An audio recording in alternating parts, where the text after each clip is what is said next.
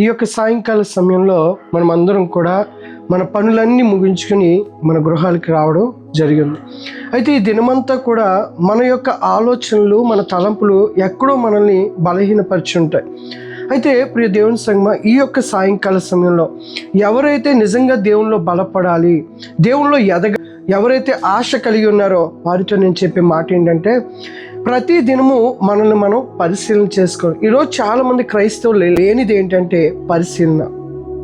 చేసిన పనులు కావచ్చు, అతిక్రమములు కావచ్చు, వ్యతిరేకత కావచ్చు, దేవునికి విరుద్ధమైన కార్యాలు కావచ్చు, మనల్ని మనం ఎలా చేసుకున్నామంటే నేను నీతిమంతుడిగా ఉన్నాను, లేకపోతే నేను మంచి మార్గంలో ఉన్నాను అనుకుని మనల్ని మనం మోసం చేసుకుంటూ ఉన్నాం.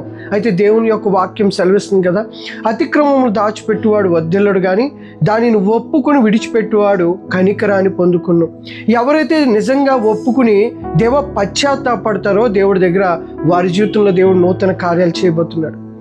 మన జీవితంలో కూడా దేవుడు ఒక నూతన కార్యం చేయాలంటే ప్రతి అతిక్రమాన్ని దేవుడి దగ్గర ఒప్పుకోవాలి. ప్రతి క్రియలు దేవుడు చూస్తూ ఉన్నాడు కనుక మన చూపుల ద్వారా, మన తలంపుల ద్వారా, మన ఉద్దేశాల ద్వారా, శరీరం ద్వారా, వేటి ద్వారా అయితే మనం దేవుడికి వ్యతిరేకమైన కార్యాలు చేస్తామో వాటన్నిటినీ కూడా దేవుడి దగ్గర ఒప్పుకోగలిగితే ఆయన క్షమించే దేవుడు, ఆయన ప్రేమించే దేవుడు. నువ్వు ఎప్పుడైతే దేవుడి దగ్గర అన్నీ ఒప్పుకుంటావో దేవుడు అన్నిటినీ క్షమించి మనల్ని ఉన్నతమైన మార్గంలో నడిపిస్తాడు. కనుక నీ జీవితంలో ఒక ఆశీర్వాదం కావాలన్నా, నీ జీవితం ఎదుగుదల కావాలన్నా, నీ జీవితంలో అభివృద్ధి కావాలన్నా నువ్వు చేయవలసింది ఒకటే, దేవుడి దగ్గర ఒప్పుకుని విడిచిపెట్టడం.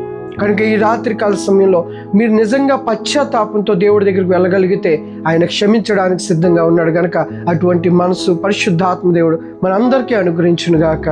ఆమేన్. God bless you.